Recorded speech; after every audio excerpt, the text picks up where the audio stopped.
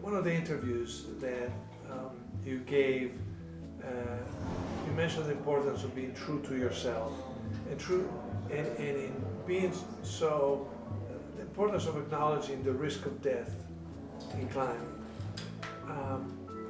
How do you handle the risk of death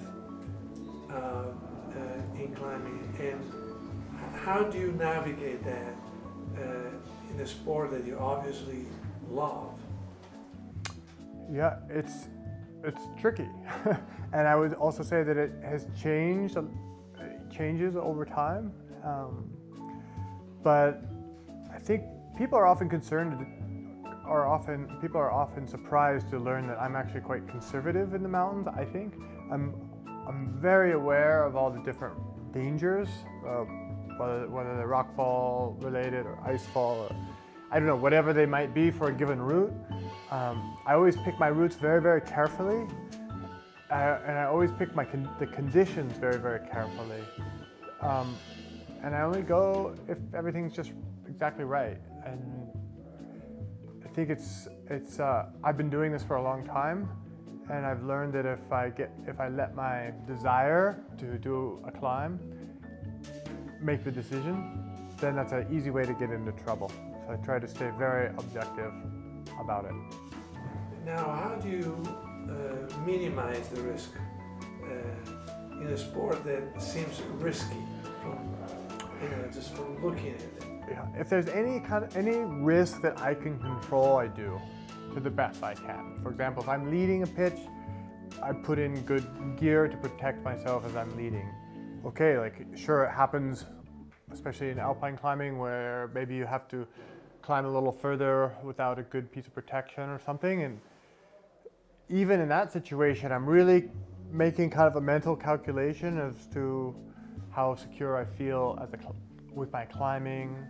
I'm not planning obviously on falling, but if I did, what would happen? Would I hit something?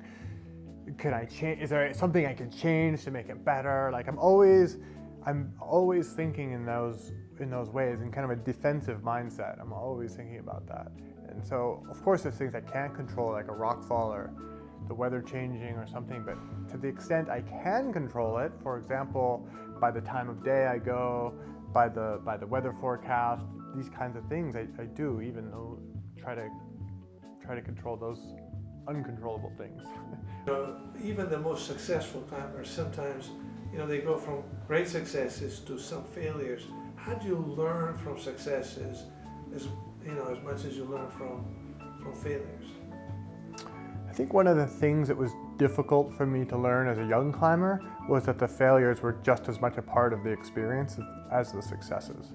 And when you're really ambitious, when you're young and you have this sort of I was a very ambitious young climber, it was really hard to fail. It hurt almost. But after going through that a while and then having some successes as well, you realize that both are equally part of climbing. And so you just learn to accept that. You don't always, like in life, you don't always get to do what you want to do all the time. Was there ever a time in your life when you were in the midst of doing something, and you said to yourself, why am I doing this? I can't believe I'm doing this. And what did you learn from that?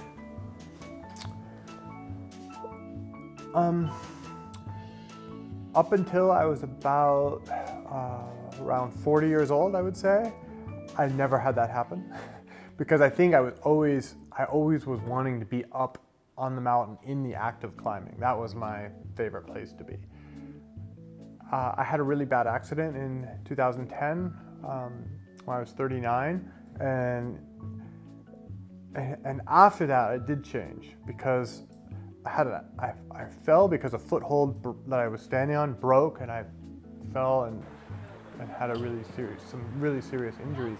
So it was actually something that wasn't really, with one of these things that wasn't really in my control, and it still happened, which makes sense just from the standpoint of I had been exposed so much, so many hours, so many days, so many years to that kind of thing because I've been doing it so often.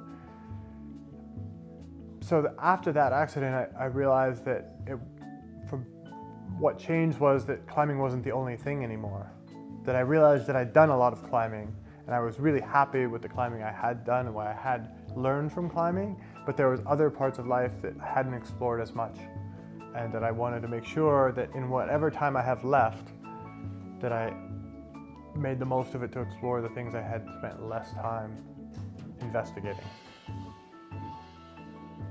There's something about extraordinarily inspirational in what you do, which is kind of accomplishing what you accomplish without changing the mountain, without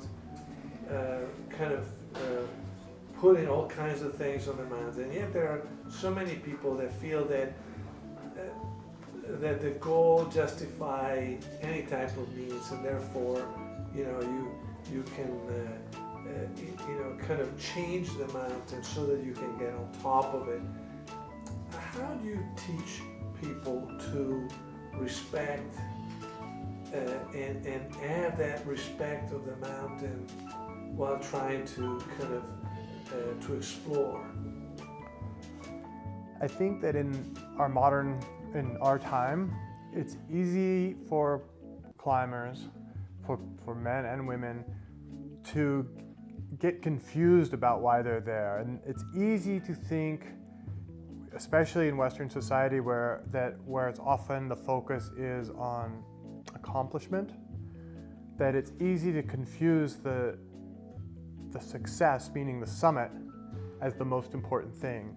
And people forget that they're really there to learn about themselves. And that's when people make the mistake of actually, as you said, changing the mountain to achieve this success. Success, in their view, is getting to the summit.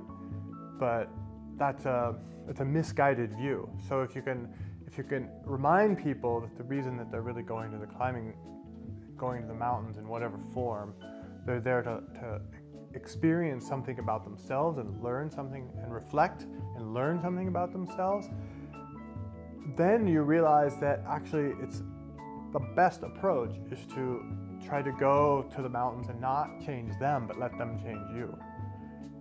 And if people can make that switch and get away from this sort of accomplishment-centric viewpoint and look more inwards, then they'll realize that that's the best way. What does Nepal mean to an alpinist like yourself? What does Nepal represent to you? I think that our mountain community, we have sort of these meccas, and for us, one mecca is the Dolomites. That's a mecca for mountain people all over the world.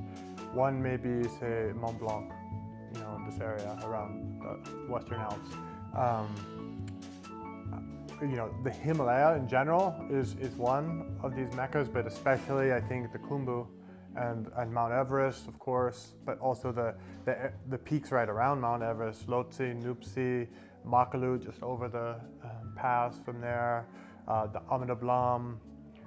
I mean, all these mountains through the Khumbu, Tamserku. This is some of the most spectacular and best known big mountains in the world. And so I think it's really one of these kind of spiritual homes for all of us that have spent our lives exploring and loving the mountains. Thank you so much. You're very welcome. Thank you.